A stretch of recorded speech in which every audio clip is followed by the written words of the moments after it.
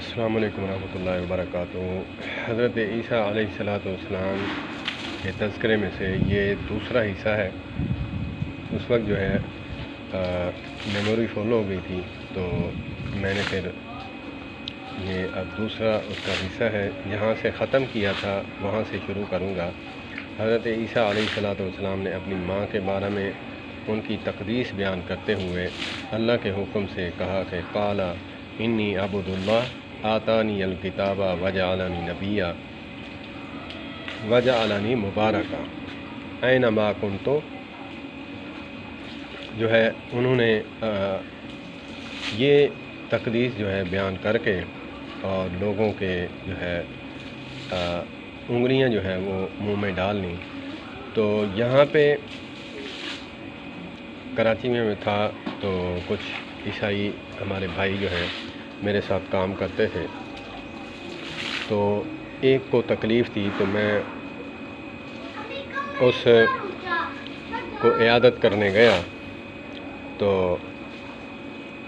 میرے دل میں یہی تھا کہ یہ انسان ہیں، حضرت عیسیٰ علیہ السلام کو ماننے والے ہیں، جبکہ وہاں پہ جب بیٹھا عیادت کرنے میں جو ہے میں نے کچھ آقا کریم علیہ السلام کے فرامین سنوائے عیادت کے حوالے سے، ہمدردی کے حوالے سے۔ وہاں پہ ایک میں نے بات کی کہ کیا ہم اس بات کو سوچتے ہیں کہ حضرت عیسیٰ علیہ السلام اللہ کے نبی ہیں، لیکن قرآن پاک میں ان کا بیان موجود ہے۔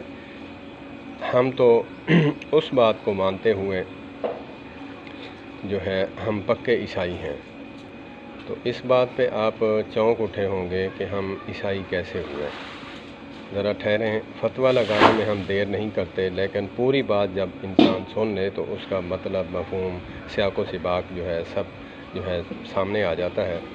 تو میں نے ان کو کہا کہ حضرت عیسیٰ علیہ السلام قرآن پاک میں ارشاد ہے، فرماتے ہیں کہ میرے بعد ایک نبی آئے گا، من بعدی اسمہ احمد، اس کا نام احمد ہوگا، وہ میرے بعد آئیں گے تو اس کے پیچھے چلنا۔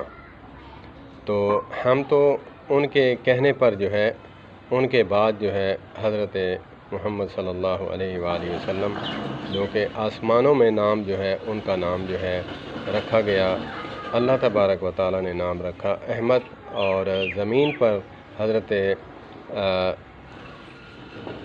عبداللہ بن عبد المطلب نے نام رکھا حضرت محمد صلی اللہ علیہ وآلہ وسلم۔ احمد تعریف کرنے والا، اور محمد جس کی تعریف کی جائے۔ جب اللہ کی تعریف سب سے زیادہ کرنے والا ہو، تو سب سے زیادہ تعریف جب اللہ کی کرے تو اللہ پاک اس کی تعریفیں، مداحیں، ثناءیں جو ہے پوری دنیا میں پھیلا دیتے ہیں، کہ جب بندہ من کان للہ وکان اللہ لہ، اس حدیث پاک کا مفہوم ہے کہ جو بندہ اللہ کا ہو جاتا ہے اللہ اس کا ہو جاتا ہے۔ تو اللہ کے نبی صلی اللہ علیہ وآلہ وسلم جو ہیں وہ احمد ہیں، اللہ کی سب سے پوری کائنات سے اللہ کی تعریف بجا لانے والے محمد صلی اللہ علیہ وآلہ وسلم ہیں، اور دنیا میں جو ہے ان کا نام جو ہے محمد رکھا گیا، جس کی تعریفیں جو ہیں وہ پوری دنیا کرتی ہے، اور اللہ پاک بھی ان پر درود و سلام بھیجتے ہیں اور مومنوں کو بھی حکم دیتے ہیں، یا ایھا الذین آمنوا ان اللہ وملائکتہ یصلون علی النبی یا ایھا الذین آمنوا صلوا علیہ وآلہ، کہ جب میں درود بھیجتا ہوں مومنو آپ بھی بھیجو۔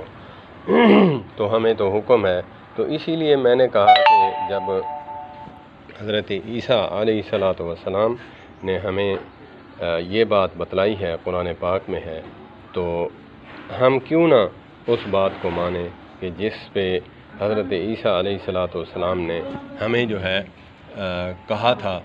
تو ہم تو جو ہے ان کی بات مان کر آقا کریم علیہ السلام کا جو ہے کلمہ پڑھتے ہیں، اور ہم حضرت عیسیٰ علیہ السلام کو بھی مانتے ہیں، اور کلمہ جو ہے حضرت محمد صلی اللہ علیہ وآلہ وسلم کا پڑھتے ہیں۔ اللہ پاک ہمیں جو ہے انبیاء کی قدر اور منزلت، ان کی عظمت مان کر جو ہے ہم پیارے حبیب حضرت محمد صلی اللہ علیہ وآلہ وسلم کے نقش قدم پر چلتے ہوئے، اخلاق جمیلہ پر عمل کرتے ہوئے، کون سی تبلیغ تھی جو حاتم طائی کو جو ہے وہ کھینچ کر لائی، حاتم طائی کی بیٹی کو کھینچ کر لائی؟ کیا 10 گھنٹے واز کیا تھا، 2 گھنٹے واز کیا تھا؟ نہیں، یہی تھا کہ جب اخلاق جمیلہ، اخلاق حسنہ آقا کریم علیہ السلام نے ان کو دیا، تو وہ بے ساختہ جو ہے واپس اپنے بھائی کو، اپنے باپ کو، گھر والوں کو لے کر آئیں، اور انہوں نے دو زانو ہو کر آقا کریم علیہ السلام کا مبارک کلمہ جو ہے وہ پڑھا۔ تو وہ جب کلمہ جب پڑھا تو اس میں یہی ہے کہ میں نے کہیں کسی عالم سے نہیں سنا کہ صرف عبادت کرنے سے جنت کی ضمانت ملی ہو، صرف ضمانت ملی ہو صرف عبادت کرنے سے، نماز روزہ کر لو تو پھر جو ہے آپ کو جنت مل جائے گی۔ کہیں ایسا میں نے نہیں سنا۔ آپ یہ بارہا سنیں گے، میں نے بھی علماء سے سنا ہے کہ ایک عورت جو ہے وہ مختصر عبادتیں کرتی تھی، اور ایک تھی تہجد گزار۔ جو تہجد گزار تھی وہ بد زبان اور بد اخلاق تھی، اور جو تھی مختصر عبادت کرنے والی وہ با اخلاق تھی، نہ وہ تہجد پڑھتی تھی، صرف فرائض سر انجام دیتی۔